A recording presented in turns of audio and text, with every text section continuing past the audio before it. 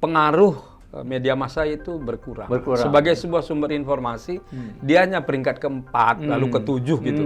Nah, di 7 besar ini ada 5 media sosial. Karena kalau wartawan tertekan secara ekonomi, lantas bisa dibeli ya, dan tentu jumlahnya banyak sekali di Indonesia. Itu akan mempengaruhi mutu jurnalisme mereka. Makin tidak bermutu jurnalisme, makin tidak bermutu pula demokrasi itu, dan makin tidak bermutu pula masyarakatnya. Masyarakat pers nih tidak mau amandemen undang-undang pers. Karena kalau kita bicara revolusi, tadi Bung Wina mengatakan, pertama-tama ya harus merevisi undang-undang pers. Ya, karena masyarakat pers saya dengar khawatir kalau ini diajukan ke DPR, maka bukan perbaikan saja yang agenda mereka yang masuk gitu, akan jauh lebih buruk. Kalau 1-10, sentimen negatifnya 8 loh. Jadi kalau ada anggota DPR bicara 10 orang nih tentang pers, mungkin hanya 2 yang mendukung. Semua negatif. Ya tentu saja kita khawatir menghadapi, katakan ada 10 fraksi misalnya. Kalau 8 fraksi itu bengkok semua terhadap pers, takut dong kita mau mengajukan undang-undangnya malah berubah. Nah, itu sentimennya negatif. Bayangkan saya bilang, dari 3 pilar demokrasi, pendidikan hakim tuh yang bayar tuh negara. Ya kan? Apalagi partai politik yang bayar negara. TNI, tentara, apa semua yang bayar negara. Wartawan yang sangat berpengaruh dalam membentuk opini publik, suruh bayar sendiri.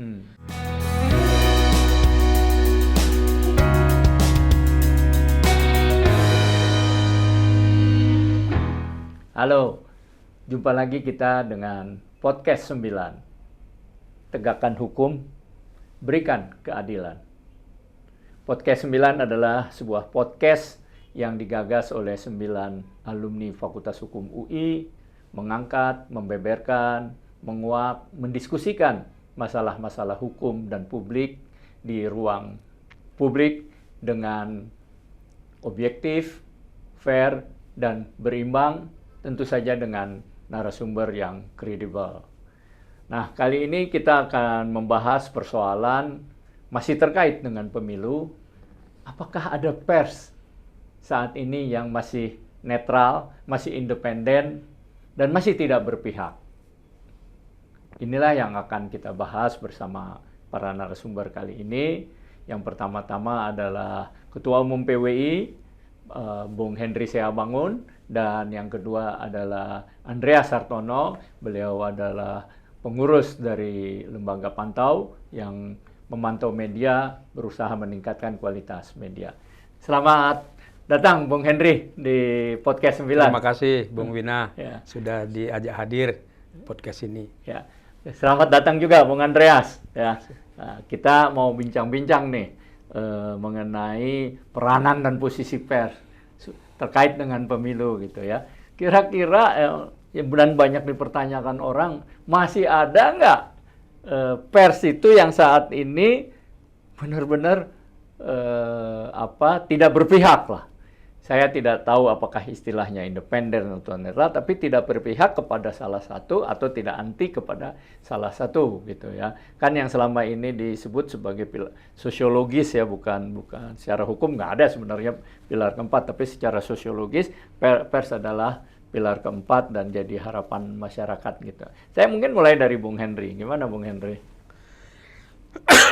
Dari sisi produk jurnalistiknya ya. Barangkali masih masih ada beberapa media yang memang berusaha untuk betul-betul tidak berpihak ya. Dari tampilan itu artinya karya-karya jurnalistik mereka itu ya kalau kita lihat, kita baca, kita dengar, kita pantau secara sepintas itu masih kelihatan independen. Tetapi ada 2 hal kan ya. Yang pertama adalah bahwa pengelola itu juga manusia ya, yang memiliki kecenderungan-kecenderungan tertentu. Nah, yang kedua adalah bahwa media itu sekarang kan terdesak oleh bisnis. Ya, industrinya ya. Jadi di belakang di belakang independensi itu, ini kita suka juga dengar bisik-bisik. Nah ini loh yang saya kira. Jadi kita nggak usah polos ya. Nggak usah terlalu lugu gitu ya. Nah, jadi ya itulah yang saya kira ya. Tapi bahwa masih ada berusaha gitu ya. Saya kira masih lah ya. Walaupun kalau misalnya kalau kita melihat televisi ini kan ada sejumlah grup televisi yang udah jelas benderanya gitu loh. Jadi ikut partainya, Tapi lebih ke belakang lagi, saya sebetulnya gini ya, apa iya masih berpengaruh gitu, media itu? Karena lebih esensi lagi ya pertanyaannya, karena apa yang lebih pengaruh? Karena yang namanya intervensi media sosial ke masyarakat itu udah begitu tinggi, betul. Dan saya kira setiap gosip yang ada di media sosial itu yang diangkat oleh media massa gitu, sehingga terbalik ya, harusnya dulu dari media pers baru diangkat. Jadi saya ragu bahwa media massa masih dominan untuk memberi pengaruh. Artinya apa? Bahwa yang namanya independensi itu juga kadang-kadang ya mungkin percuma juga gitu loh. Ya kayak misalnya kalau media media sosial kayak podcast gitu ya. Dan itu kan kelihatan Bung Henry, berapa ditontonnya langsung kelihatan gitu ya. TikTok, subscribernya bisa terukur, nggak bisa lagi dibohongin. Kita mengklaim wah kita hebat, padahal penontonnya sedikit misalnya. Itu betul. Dan media mungkin dulu pers juga banyak duitnya ya. Kalau Kompas itu Pak Yaakob melek katanya 1 miliar tiap hari, bayangin aja waktu itu. Jadi konglomerat lah Pak Yaakob itu kalau 1 tahun 350 miliar pada masa itu ya, besar banget ya. Kan kalau sekarang justru media sosial nih yang menikmati hasilnya nih. Kalau 1 kali penonton tuh berapa? 1.000 perak ya kira-kira. Tergantung berapa subscribernya. Jadi ukuran-ukuran sekarang sebetulnya sudah jelas lah ya. Jadi maksud saya itu tadi media sosial ini mungkin ya dalam survei terakhir Dewan Pers itu, tapi waktu saya di sana ya tahun 2020 kita lakukan, ditampilkan 2021, pengaruh media massa itu berkurang. Sebagai sebuah sumber informasi dia hanya peringkat ke-4 lalu ke-7 gitu. Nah di 7 besar ini ada 5 media sosial tuh. Dari YouTube, TikTok, Facebook, Instagram, WhatsApp, baru masuk tuh media cyber, kemudian apa gitu. Jadi itu 4 tahun yang lalu loh, 3-4 tahun yang lalu. Itu pun mungkin yang media mainstreamnya itu orang-orang tua kali ya yang berpengaruh ya dari data. Kalau Bung Andreas melihatnya gimana Bung Andreas, dari sisi Anda kan sebagai pemantau nih dari dulu melihat perkembangan pers ini terkait dengan pemilu apalagi? Secara prinsip media itu punya posisi nggak apa-apa. Artinya nggak apa-apa gimana Bung Andreas? Misal Metro TV mau berpihak kepada Anies Baswedan, Muhaimin Iskandar, tidak apa-apa. Atau MNC miliknya Haritanu Sudibyo berpihak kepada Ganjar Pranowo dan Mahfud MD juga tidak apa. Yang jadi masalah di Indonesia adalah tidak dibedakan antara ruang redaksi yang ngurus berita dan ruang editorial yang mengurus posisi media. Saya pikir lebih baik kalau itu diperjelas. Lebih baik kalau posisi ruang editorial itu setara dengan ruang redaksi. Di Indonesia kebanyakan hanya ada 1 pemimpin redaksi. Sebaiknya ada 2. 1 pemimpin editorial yang punya posisi dan 1 pemimpin redaksi yang menguasai newsroom. Nah, anak buah newsroom itu beda dengan orang-orang editorial. Nah, maksudnya bedanya di mana nih redaksi dengan editorial? Biasanya kan 1 dia kan? Biasanya 1. Sekarang dibikin 2 saja. Dan setara ini. Yang 1 bertanggung jawab, dua-duanya bertanggung jawab kepada katakanlah direktur utama atau pemimpin umum, tetapi yang pemimpin editorial itu mengurus hal-hal yang bersifat opini.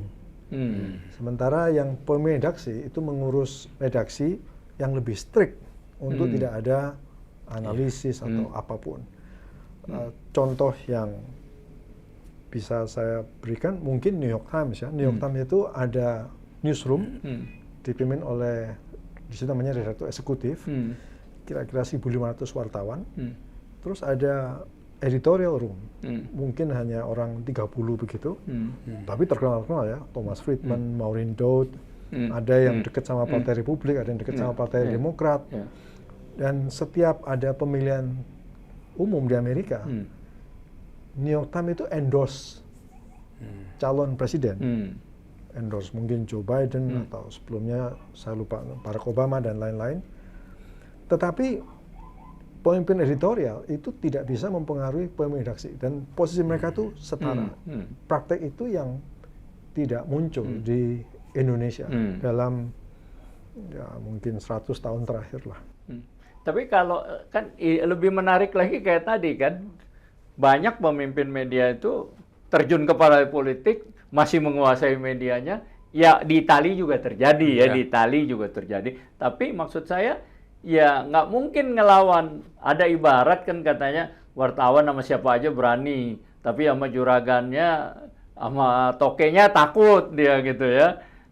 Ada pemimpin TV, ada pemimpin apa gitu. Iya. Nah ini gimana nih?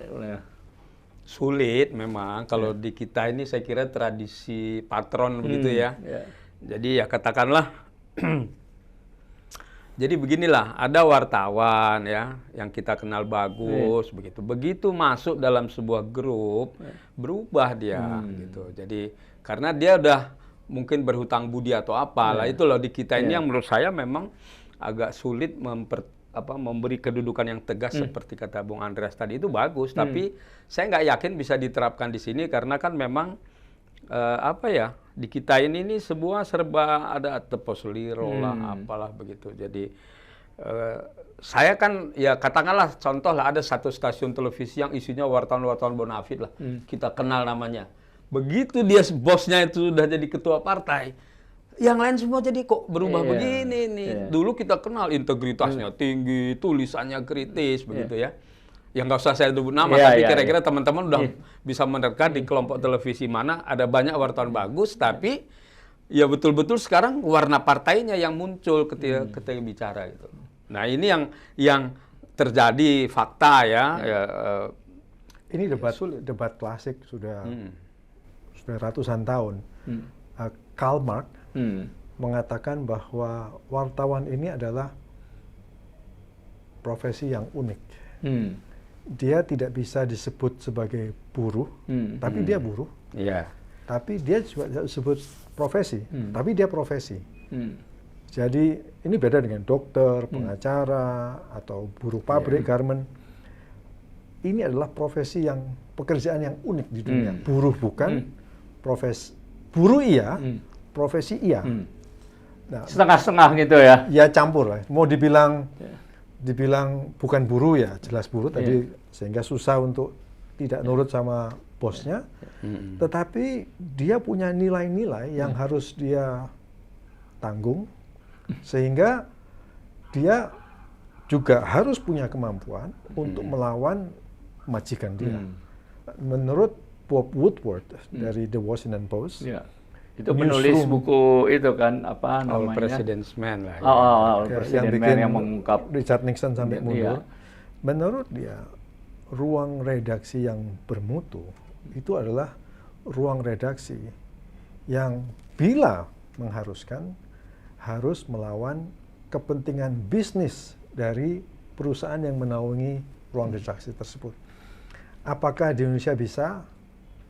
Ya, itu bukan pertanyaan ya dan tidak ya. Itu banyak sekali studi-studi yang menarik tentang Tempo. Janet Steele pernah menulis buku Wars Within, atau mungkin di Malaysia kini, dan seterusnya. Jadi di Asia Tenggara ini cukup adalah studi-studi tentang bagaimana ruang-ruang redaksi itu mencoba independen untuk mengikuti debat klasik sudah ratusan tahun yang pertama kali dicetuskan oleh Karl Marx, tapi juga Max Weber dan seterusnya. Itu menarik ya. Saat nanti saya juga mau bahas tuh apa firewall itu masih ada. Tapi ada kisah mungkin di kita itu RCTI dulu. RCTI ini kan punya keluarga Soeharto. Ya, waktu menjelang Soeharto turun. Dan Soeharto turun, ya ya dengan bergerilya dia bisa juga akhirnya memberitakan ini, memberitakan itu, termasuk memberitakan masalah-masalah di dalam rezim Orde Baru gitu ya. Jadi ada sejarah resistensi ruang-ruang redaksi, RCTI, Kompas dan macam-macam ya, di mana ada wartawan-wartawan yang berani untuk menegakkan independensi mereka. Dulu zaman Orde Baru, salah satu mimpi buruk setiap pemimpin umum atau pemimpin redaksi adalah ketika dia pulang, berita halaman 1 diubah. Nah, itu menunjukkan ada resistensi. Itu ya, dari wartawan yang ingin berjuang gitu ya. Pasti ada, pasti ada. Cuma itu kan variabel kecil aja. Ya. Artinya bukannya pesimis ya, tapi menurut saya memang kalau kita lihat juga media-media sebelum kemerdekaan itu yang berhasil bertahan itu kan juga sebenarnya milik bos-bos juga, ya, bahwa mereka ada orang yang kuat bandel melawan tapi mati begitu ya. Artinya yang tipe-tipe media seperti itu memang susah hidup, yang ngotot, yang apa. Nah sekarang kan pilihannya memang tadi ya. Jadi artinya kalau kita kaitkan lagi sekarang, dia bertahan atau tidak. Kalau Pak Yaakob dulu kan prinsipnya percuma kamu berjuang hebat apa mati nggak terbit. Lebih kamu sedikit kalah tapi kamu bisa masih mengedukasi lah. Dan sedikit-sedikit nyindir-nyindir gitu ya. Lalu ya itu saya kira itu. Nah inilah yang saya bilang tadi terjadi. Saya kan sebetulnya heran lah, katakan media yang semula sangat idealis itu. Begitu pemiliknya menjadi ketua partai, runtuh lah. Dia tidak lagi independen nih si wartawan hebat ini. Nah, itu yang sebetulnya saya sih hanya ingin menunjukkan gejala gitu ya. Dan pernah kan di HPN ditanya, kok Anda ini, kami netral kok. Ya tapi pada tampilannya karya jurnalistik kelihatan enggak. Nah itu yang ya saya kira itulah dia gitu. Jadi nggak tahu kita harus menyimpulkan apa, tapi kalau kita lihat kan ya kalau kita bebas menyebut misalnya grup-grup besar Metro udah Surya Paloh, pasti dia Nasdem, dan kalau dalam Pilpres ya Anies nomor satu. MNC Group Haritanu punya ya kan nomor 3. Kemudian TV One. TV One ya, itu nomor 2. Nomor 2 kan semuanya udah termasuk yang kecil-kecil turunannya ya, turunan. Itu kan di atasnya. Sementara ini ya Bung Henry sama Bung Andreas menarik juga. Dulu Pak Leo tuh bekas anggota Dewan Pers bilang pers itu Leo Batubara. Iya, Leo Batubara. 80% nggak sehat ekonomi. Oh iya. Sekarang online tuh lebih-lebih lagi gitu loh. Nggak, wartawan yang digaji itu gimana tuh, kecil sekali. Sebagian besar ya nggak digaji gitu ya. Walaupun Dewan Pers mensyaratkan UMR plus ada ini ya. Tetapi apakah soal-soal financial yang buruk ini bagi perusahaan persnya ya. Di Amerika kan baru Time aja kan PHK 35 wartawannya. Baru aja 2 hari yang lalu. Walaupun itu bagian kesehatan dan anak-anak katanya. Tapi mereka PHK. Nah kalau cetak agaknya ya sudah industri senja ya udah tinggal. Nggak mungkin bertahan lah melawan gempuran yang di handphone ini. Nah tapi juga media online tidak semudah yang disangka kan. 80% mungkin 90% secara ekonomi bermasalah. Nah ini gimana nih kita mendiskusikan kalau mereka mau independen? Kalau media kecil di daerah khususnya online itu memang itu mereka udah tergantung siapa yang bayar. Jadi misalnya caleg ya. Saya baca beberapa, saya sering dapat kiriman misalnya akhir-akhir ini ketika udah masuk proses pemilu itu ya caleg. Tapi semua caleg juga, caleg Golkar, PDIP, Gerindra. Kalau gitu malah nggak apa-apa kan? Ya, silahkan lu pakai nih ruangan kita. Jadi kalau kita buka itu mereka semua ada itu. Nah jadi yang penting dia bisa hidup, kan kira-kira begitu, yang mendapat uang. Tapi tunggu Bung Henry, sebelum lanjut ke situ, kan semua caleg boleh, semua partai boleh ya kan? Apakah masalahnya mereka mendeklar bahwa ini adalah iklan, bahwa ini adalah editorial gitu loh. Ini sama yang seperti kilat pinggir jalan. Nggak ada tandanya di situ. Ada aja dia. Oh gitu ya. Iya. Ya. Sehingga ini juga memang ya bedanya dengan PKPU 5 tahun yang lalu. Kalau 5 tahun lalu kan hanya KPU yang boleh mengiklankan calon. Iya. Sehingga sepi. Kalau tahun ini bebas. Iya. Jadi adu banyak itu adu kuat uang juga. Nah itu saya lihat di media online. Saya berkali-kali lah, hampir sering lah. Saya dapat kiriman berita gitu begini. Ya begitu saya buka ya itulah dia. Nah, jadi mereka menganggap sekarang nih pemilu ini ya nanti mungkin pilkada nanti juga September itulah hari raya. Nih gitu ya. Kalau yang dulu enggak, 5 tahun lalu. Karena saya kan waktu itu juga keliling. Jadi maksud saya, itu menurut saya sih nggak mempengaruhi netralitas ya. Oh gitu. Nah, tapi memang ada yang kalau dia bayar besar, ada itunya, ada pamfletnya, ada beritanya. Dia ngapain, dia melakukan apa gitu. Nah, jadi disitulah baru dia nggak independen. Tapi kalau masang pamflet-pamflet calon-calon caleg-caleg itu saya kira sih nggak apa-apa ya. Nggak apa-apa. Kayak apa? Retail kan kalau menjelang Natal, Tahun Baru, Lebaran, mereka pesta pora kan, ada diskon, ada apa. Ini juga buat pers kalau pemilu pilpres. Khususnya media cyber di daerah. Ya. Gimana Bung Andreas dilihat dari segi kualitas medianya kalau seperti ini? Sedih sekali. Sedihnya gimana tuh Bung Andreas? Ya karena kalau wartawan tertekan secara ekonomi, lantas bisa dibeli ya, dan tentu jumlahnya banyak sekali di Indonesia, itu akan mempengaruhi mutu jurnalisme mereka masing-masing.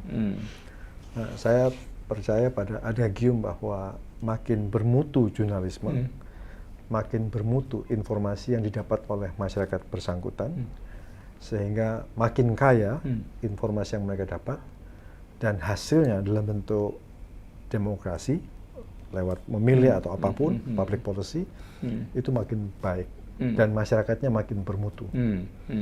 Sebaliknya makin tidak bermutu demokrasi, makin tidak bermutu jurnalisme, makin tidak bermutu pula demokrasi itu dan makin tidak bermutu pula masyarakatnya. Nah, yang tadi Bung Hendry sama Bung Wina katakan itu menunjukkan bahwa mutu jurnalisme di Indonesia ini makin menurun. Akhirnya ya mutu demokrasi kita menurun dan mutu masyarakat kita juga menurun. Sedih sekali, bukan? Apakah ini terjadi sekarang ini seperti itu? Ya, terjadi. Gitu. Saya berusaha hidup dengan jujur ya. Saya sudah hampir 60 tahun, saya kira sejak 20-an tahun saya jadi wartawan. Saya nggak pernah sekalipun terima amplop. Sama dong sama kita gitu loh. Saya 40 tahun nggak pernah. Makanya dulu saya pakai jas, pakai dasi, bukannya soal nggak punya duit lain soal gitu loh. Tapi nggak terima ya apa konferensi pers resmi, saya nggak terima. Nah, saya hitung gaji yang saya terima ketika saya masih umur 20-an tahun secara purchasing power parity relatif dengan harga-harga kebutuhan sehari-hari dari rumah sampai makanan dibandingkan gaji wartawan hari ini dengan perbandingan yang proporsional, perusahaan yang sama atau apapun itu tinggal 1/5-nya. Iya, merosot.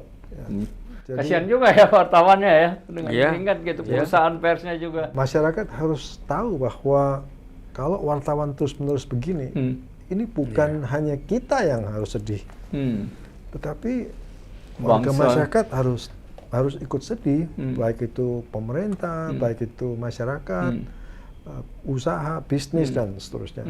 Ini akan mempengaruhi mutu Indonesia. Memang saya waktu saya di Dewan Pers juga, Bung Hendry, saya survei pendapatan wartawan di 33, waktu itu udah belum 34 kalau nggak salah, dengan penghasilan dari BUMN, karyawan-karyawan, ya itu bagaikan langit dan bumi. Udah bagaikan. Dan memang kalau wartawan tidak ada backup lain dengan pendapatan, ini kita bicara rata-rata, tentu ada juga wartawan-wartawan yang hidup kaya, yang hidup itu ya banyak. Itu memang agak susah untuk bertahan hidup secara memadai.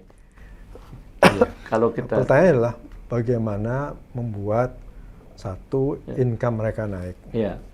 Nah, kita lagi negosiasi agar perusahaan macam Google, Facebook dan lain-lain itu membayar setiap kali berita dari mana Project Multatuli atau Tirto atau tabloid Jubi, Suara Papua itu di-share di Facebook, Facebook harus bayar.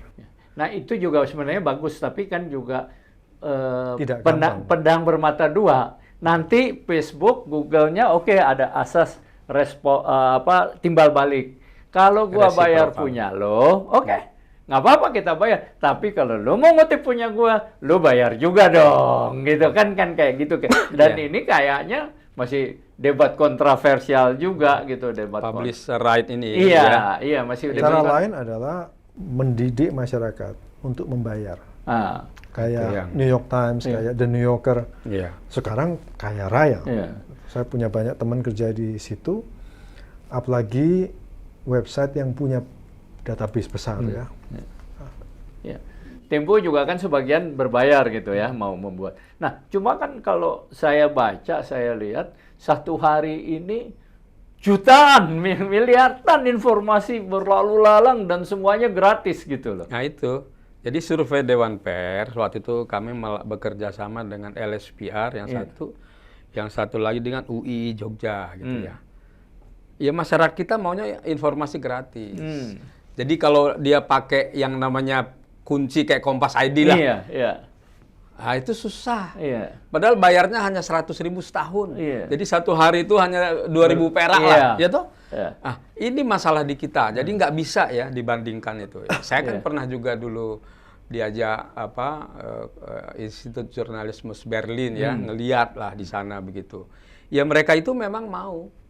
Ya, jadi kan saya bahkan ada satu koran tabloid di Jerman waktu itu, kami bertemu dengan redakturnya yang kumal deh, pokoknya menunjukkan ekonomi susah gitu ya. Redaksinya juga berantakan begitu. Dia tulis di situ, untuk jurnal yang bagus belilah koran ini gitu. Saya nggak tahu ya berapa lakunya. Cuman maksud saya sosiologis Indonesia begitu, Bung Andre. Jadi survei kami itu hampir 80% maunya informasi gratis.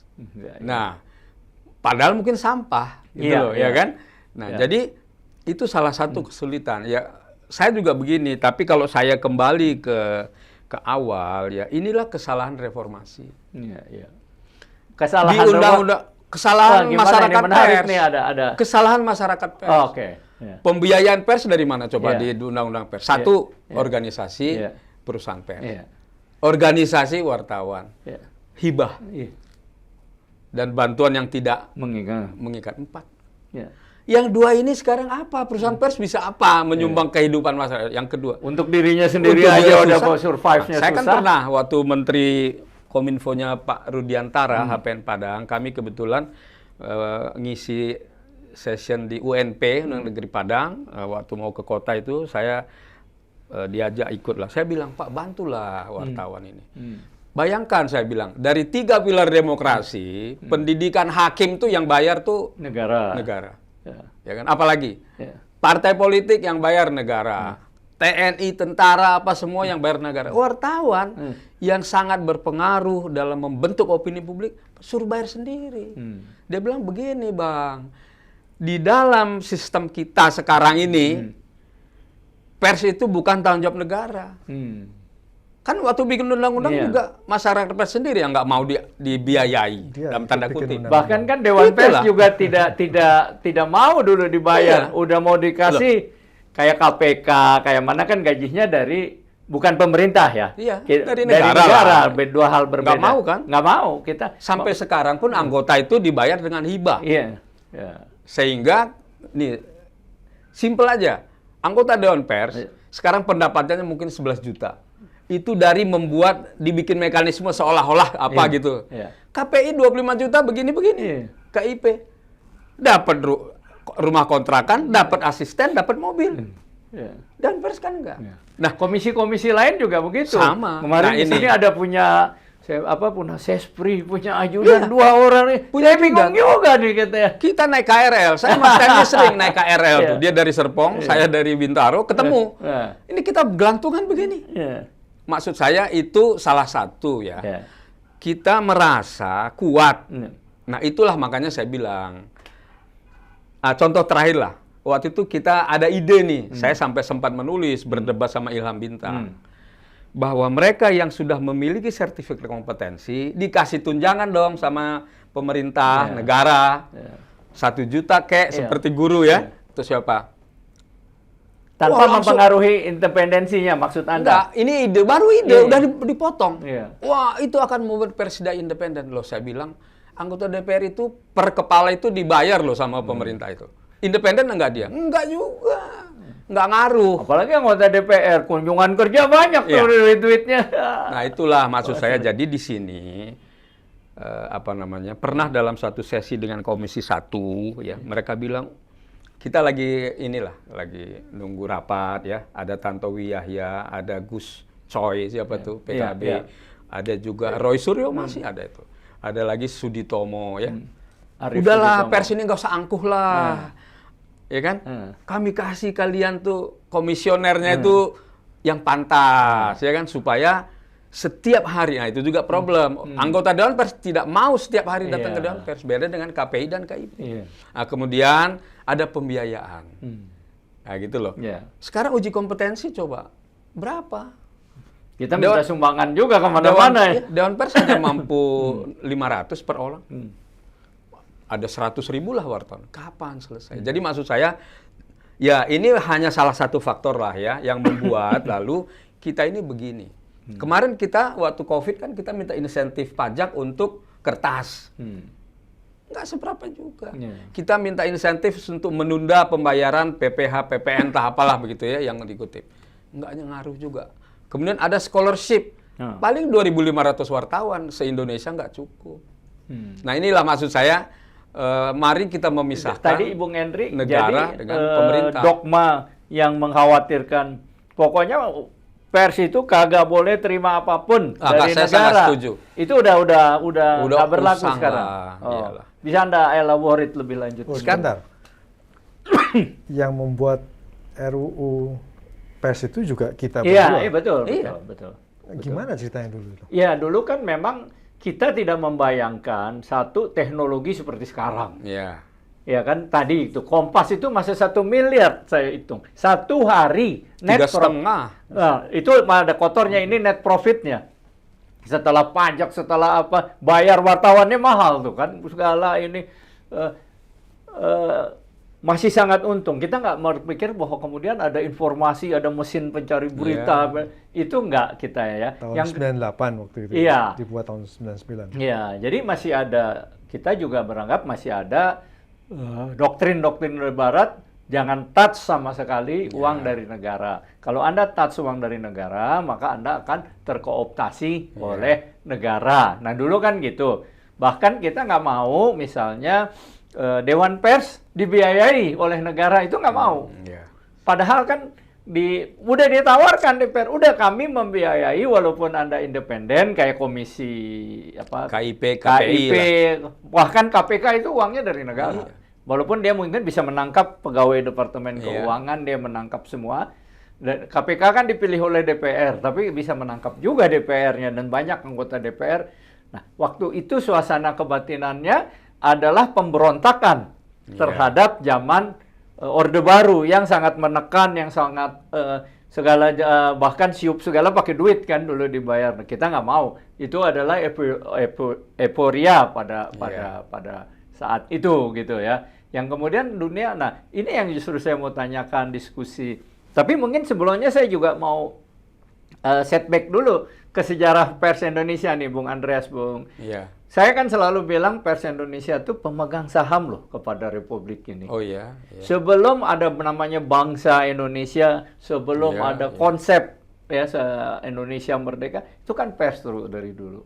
udah ada benih kemerdekaan, benih merdeka namanya kan, selalu menggaungkan merdeka bahwa satu bangsa. Makanya ditangkap, dibuang, disiksa, dibunuh itu biasa sama wartawan zaman dulu.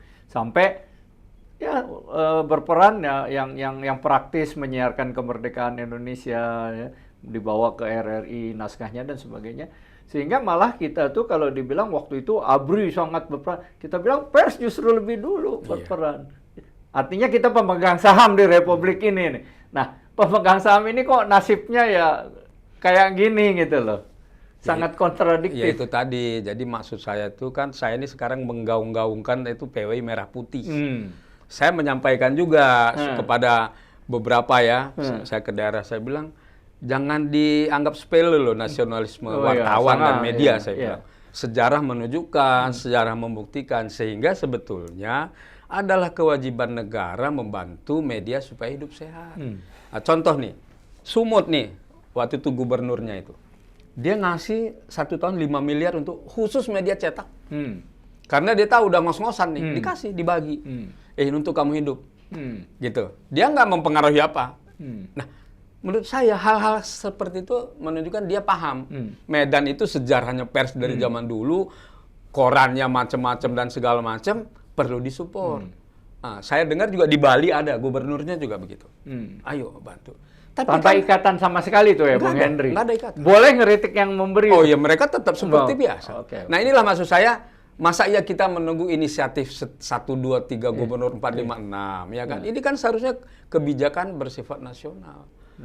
Jangan ngelihat sisi bisnis lah kalau bicara mengenai pers ini. Apa masyarakat pers mau tuh, Bung Andreas? Ini kan satu pihak realitas, tapi di lain pihak kan ada masih juga kejumawaan dan juga tadi doktrin firewall itu gitu loh. Tapi kan dunianya sudah berubah gitu loh. Gimana tuh Bung Andreas kalau menghadapi kayak begini? Saya termasuk salah satu orang yang ikut merancang Undang-Undang Pers tahun 99 tuh ya. Kita rapat sama-sama. Mungkin saya termasuk yang ingin ada firewall gitu ya. Atmakusuma, Astra Atmaja juga. Kami dulu tidak menyangka ya bahwa Google itu akan menjadi begitu berpengaruh teknologi. Ini revolusi. Sekarang malah lebih lagi ada artificial intelligence itu kan, lupa. Betul. Saya tidak punya jawaban yang praktis. Bung Henry Bangun lebih punya jawaban yang praktis. Karena kita ini sedang berada dalam revolusi komunikasi yang besar sekali. Seluruh dunia terpengaruh. Yang saya hanya pegang adalah di dalam perubahan yang besar yang kita tidak tahu faktornya begitu kompleks.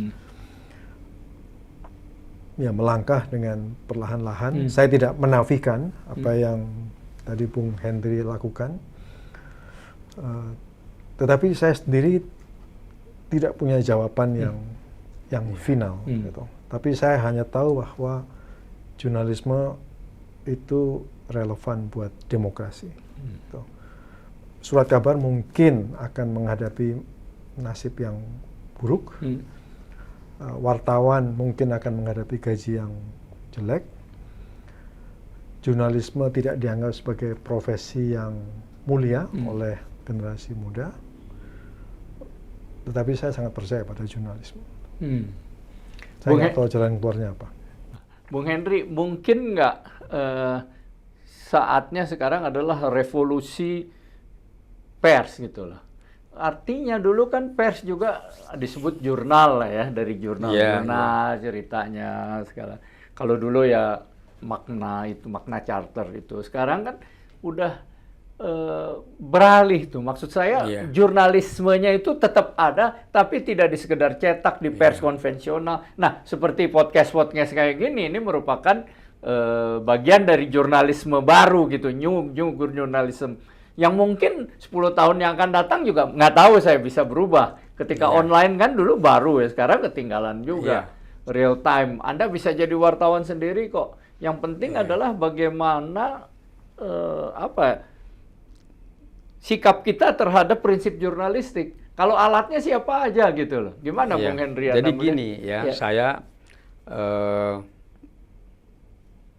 ada dua lah. Yang pertama, jurnalisme itu tidak akan pernah mati, ya kan? Ya. Yang berubah hanya bentuknya, kan kira-kira begitulah. Ini kira-kira nih. Iya. Yang kedua, kita juga melihat ya, di Indonesia sudah ada nih beberapa perusahaan pers yang begitu maju, menggabungkan semua tadi tuh. Yang namanya seluruh saluran itu dia lakukan, dia berhasil. Cuma ya, tentu kita harus melihat kualitas jurnalismenya. Kalau kita lihat dari secara klasik yang dulu-dulu ini memenuhi syarat, enggak. Udah berubah. Udah berubah ya. Karena dia juga melayani generasi yang berubah. Dan dia bagus nih, walaupun memang modalnya harus kuat. Nggak mudah ya. Ada contoh lah, kalau saya mau menyebut nanti kayak IDN Times. Itu dia memproduksi musik yang diputar di Spotify, memproduksi film yang di Netflix, macam-macam produk semua. Dia perusahaan pers, gitu ya.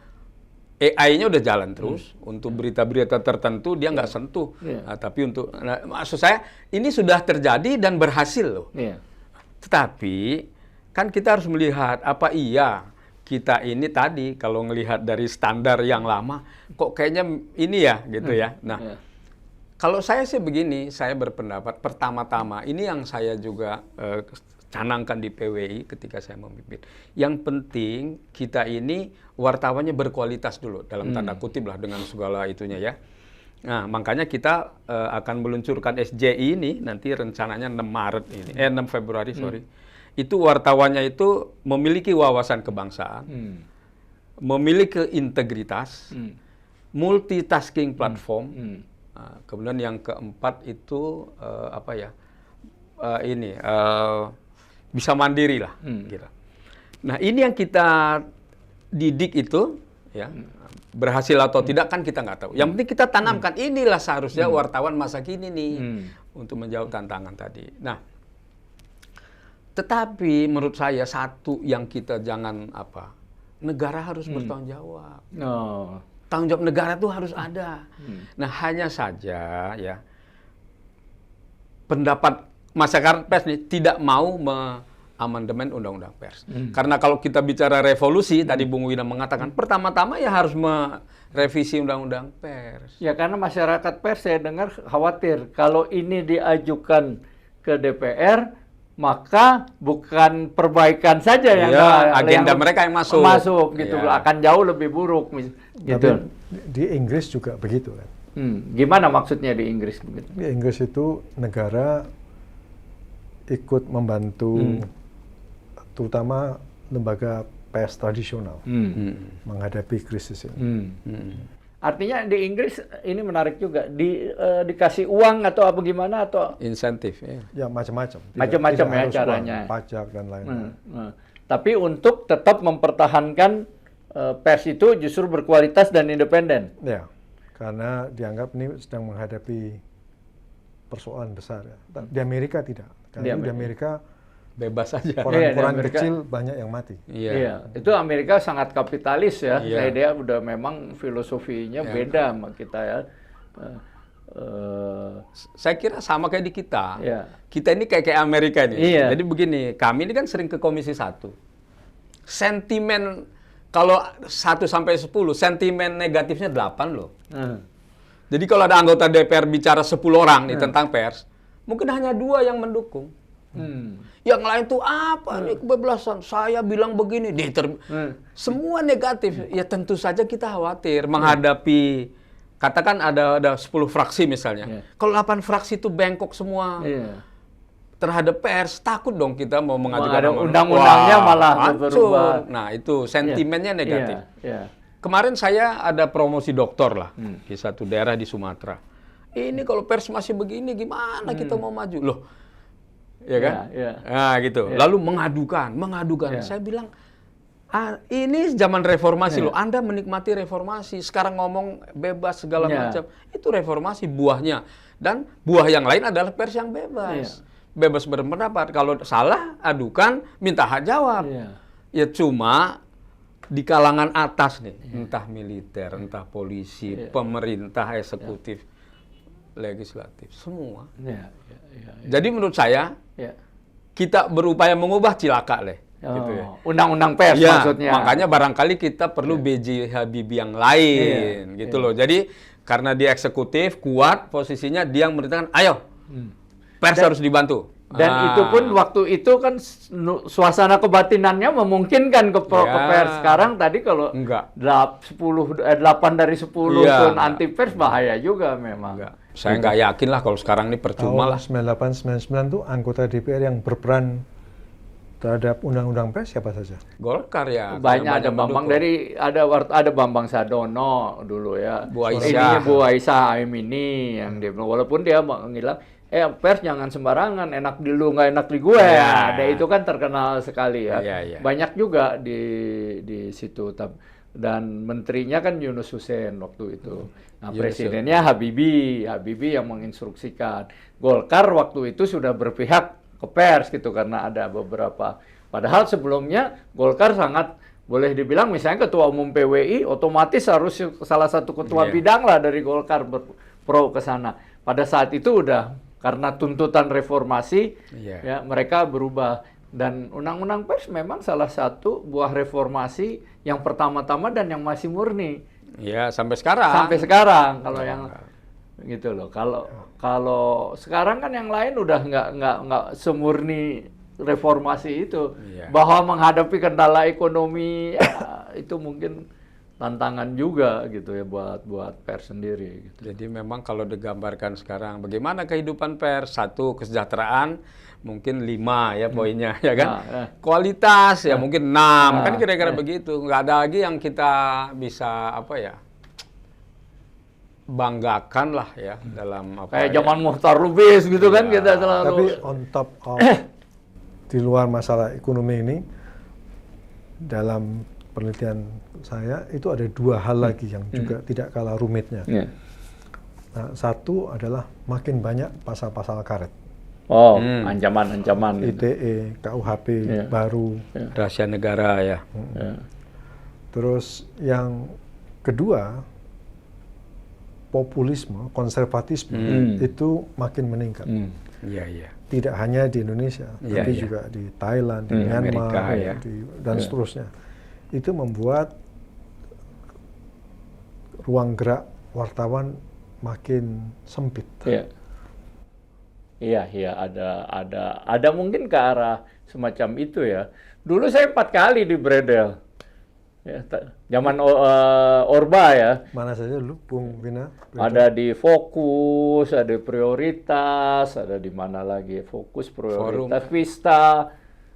Forum nggak di Bredel. Ada 4 saya di TD Asmadi kalau nggak salah 3 kali. Baru dia ke Kompas gitu loh. Dia ke Kompas. Jadi saya 4 kali malah ada stempel ya. Oh janganlah terima Wina nih, nanti di Bredel juga loh ya. Padahal sih ya biasa-biasa saja gitu. Tapi pada saat itu luar biasa. Nah ini menarik pembicaraan kita. Nah kita pikir ya bagaimana di satu pihak kita menjaga pers tetap independen, tetap bisa, tapi di lain pihak juga menerima kenyataan sosiologis, ekonomis ya, dan perubahan-perubahan paradigma juga ya, seperti politiknya. Tapi juga bagaimana pers juga harus mengadopsi barangkali teknologi tadi ya. Ya itu saya kira kalau itu sih sudah dengan sendirinya ya teman-teman itu. Kalau saya perhatikan soal AI lah pengaruhnya terhadap manajemen redaksi, rekrutmen segala macam itu mereka sudah artinya itu sudah tahun lalu sudah banyak dibicarakan, dan juga banyak juga dijalankan. Tetapi ini memang hanya pada perusahaan dengan level tertentu ya. Jadi yang adaptif terhadap teknologi, mengirim orang ke sana kemari. Kalau saya kira kalau itu yang penting tadi kan begini, kalau saya lebih prihatinnya, bahkan kan di grup WA saya kritik Dewan Pers ya. Dewan Pers itu jangan kayak Depen deh gitu ya. Bikin aturan terlalu ketat untuk terbitnya media-media kecil. Nah, misalnya gini, pernah ada kasus di Dewan Pers kan, yang membuat media ini alumni-alumni bahkan yang masih aktif ya, mereka ini nggak suka dengan pemerintah daerah itu yang gubernur bupatinya ke Jakarta sebelum ke sana sini nggak pernah ngantor gitu. Lebih banyak di Jakarta daripada mereka ini di kan daerahnya. mengkritik dan bagus ya kualitas jurnalistiknya. Tapi karena tadi modalnya tipis, kantornya pindah-pindah, nggak terverifikasi. Ini kan dia terancam nih secara hukum. Kalau polisi sekarang, ini ada nggak wartawannya bersertifikat? Nggak. Tangkap dulu. Dia terverifikasi nggak? Ini Dewan Pers jangan dong membatasi yang kayak begitu itu, gitu loh. Sekarang itu minimal udah berubah 10 juga loh. kan ini. Anda kan anggota Dewan Pers. Saya mengkritik itu keluar Dulu saya yang bikin itu semua hampir zaman saya udah berubah itu. Aturan yang sekarang berlaku itu mulai Januari 2023. Iya, tapi ininya patronnya tuh pada zaman saya semua standar kompetensinya semua gitu loh. Cuman maksud saya tuh gini loh, ini kan akarnya Undang-Undang Dasar pasal 28 ya, di mana kemerdekaan menyampaikan pendapat. Ini kan media kecil-kecil ini sebetulnya menyalurkan nih, ada masyarakat adat, ada yang untuk mengkritik pejabat lokal yang nggak bejat, aparat yang kayak misalnya lah ada satu daerah tuh di Sulawesi. Ini ada tambang ilegal, ada tentara di sana bawa senapan gitu. Ketika diliput, gitu. Akhirnya matilah media itu ngadepin yang kayak gitu kan. Ini kan kalau dia berbadan hukum kalau dia terverifikasi dimudahkan sertifikat, dia terlindungi, nggak berani aparat itu. Nah, ini loh maksud saya, Dewan Pers tuh nggak melihat perannya di situ. Bung Henry, termasuk teknologi itu kan pers itu nggak perlu banyak orang lagi. Sekarang mungkin 3-5 orang dengan satu ini dia bisa live, bisa dia apa. Kita kan bikin dulu officeless. Iya. Asal kamu punya alamat di situ, kamu punya post box lah gitu ya, nomor telepon, boleh. Nah, sekarang nggak boleh, harus ada fisiknya gini. Waduh, saya bilang ini kok, itu yang saya bilang depenisasi dan marah nih teman-teman sama saya. Lu kan dulu Dewan Pers ngatur. Loh, waktu zaman saya, kita bikin tuh fleksibel. Konteksnya berubah. Iya kan, fleksibel dong. Orang mahasiswa ngumpul-ngumpul di kantin gitu, dia bikin ayo dong kita angkat gitu. Sehingga kemerdekaan menyatakan pendapat, aspirasi masyarakat kecil yang tidak tersalurkan oleh media besar. Tapi mungkin menarik juga Bung Henry, apakah tadi bantuan negara itu membuat sensitivitas kadang-kadang person misalnya di Dewan Pers gitu ya. Kan dulu kita takutkan kalau pada zona nyaman anggota Dewan Pers yang nggak mau, itu gimana tuh melihat? Sebenarnya sih dengan fasilitas yang didapat nggak zona nyaman sekarang, biasa aja. Biasa harusnya ya. Seharusnya biasa aja, tetapi memang barangkali tergantung ya berapa sih anggota yang sering ke lapangan, bergaul, berdialog, ketemu lah ke kampung-kampung ibaratnya, karena media kita sekarang ada di kampung-kampung. Kita jangan menghina juga itu gitu. Ya itu fakta kok. Ya, dia punya rumah, diambillah di situ 4 kali 6 meter, dikasih komputer, dikasih meja. Ini kantor saya, kan sah itu. Udah sekarang udah bisa, kalau dulu nggak mungkin ya kan. Terus sekarang nggak boleh, harus ada resmi kantor. Waduh, saya bilang jangan begitu. Digital ini mengubah banyak persyaratannya, berubah. Iya, jangan kacamata Jakarta. Saya selalu bilang itu loh. Jangan menggunakan kacamata Jakarta di dalam melihat pers di daerah. Keliru kita. Kayak di sini podcast Wina ini. Kayak gini kan. Kan bagus, rapi, kantornya segala macam, alamatnya. Ya nggak boleh disamain ya. Tapi kalau ada teman di daerah bikin podcast yang ya asal-asalan lah, satu meja, yang penting apa mungkin.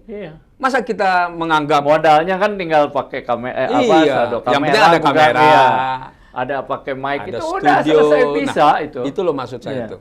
Jadi jangan menjadikan hal-hal yang sifatnya untuk membatasi kemanjataan aturan sertifikasi Dewan Pers itu. Ya Dewan Pers lah harus mengubah. Kan administratif, maksud Bung Henry, administratif jangan menghalangi yang esensial kan? Esensial itu. Betul. Kan zaman sekarang bahkan mungkin podcast terus udah bisa dikualifikasi sebagai pers kalaupun dia sederhana ya. Asal sekarang memang kalau dia berbadan hukum khusus pers diakui.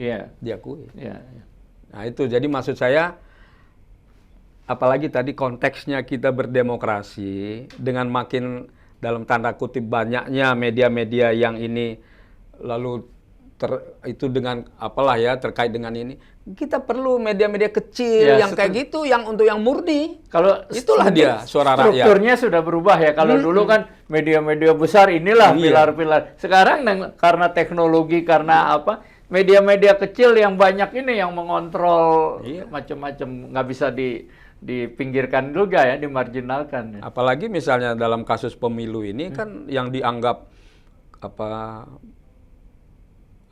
memviralkan sesuatu yang merugikan calon tertentu langsung dipidanakan. Bayangkan kalau dia itu badan resmi pers, aman dia. Kenanya undang-undang pers, bukan ITE. Iya, sekarang ITE. ITE. Waduh. Kayak kasus Haris Ashar dan Fathia. Iya. Walaupun kalau dia berbadan hukum aman kan dia. Saya juga kalau jadi ahli kan dilematis. Ditanya ini pers atau bukan? Kan sesuai ilmunya dia dilihat nih badan hukum bukan, ini bukan caranya tunduk pada. Ya kadang-kadang ya teman-teman gitu loh, secara ilmu harus saya jawab bukan. Padahal barangkali pada sisi lain kalau harus ada pengakuan-pengakuan bahwa itu adalah pers.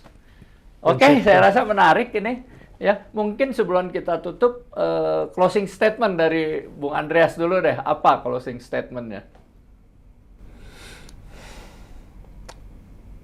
Ya, saya berharap jurnalisme di Indonesia itu tetap dipertahankan mutunya, kalau bisa lebih baik. Dalam situasi seperti sekarang, walaupun lingkungan... Ini jadi tantangan kita semua. Menurut saya ini sebuah kehormatan buat orang kayak kita bertiga juga yang lain untuk mencari jalan keluar di dalam situasi yang sangat sulit. Baik, kalau Bung Henry, closing statement-nya. Ini agak panjang ya. Jadi pertama ya, pers itu sekarang banyak mempermalukan dirinya, merendahkan derajatnya sendiri karena lebih terpancing untuk mengangkat apa-apa yang disiarkan oleh media sosial. Nah, gitu ya. Jadi hanya di permukaan aja. Padahal sebetulnya sangat banyak ya yang bisa dilakukan untuk tadi mencapai apa yang Bung Andreas katakan. Sekarang saya ke lapangan aja contohnya. Ya. Nah, yang sering kita lihat bahkan ya mungkin hanya 1, 2, 3 lah yang tidak tergoda untuk mengangkat apa yang sedang viral, apa yang sedang diomongan untuk jadi berita. Dia seharusnya mempunyai isu sendiri. Jangan, ini kan gangguan sebenarnya Ini kan sebetulnya dia nggak boleh tergoda, tetap pada tujuannya. Nah, memang untuk mencapai itu tadi ya artinya kita harus bicara mengenai kesejahteraan dan kompetensi.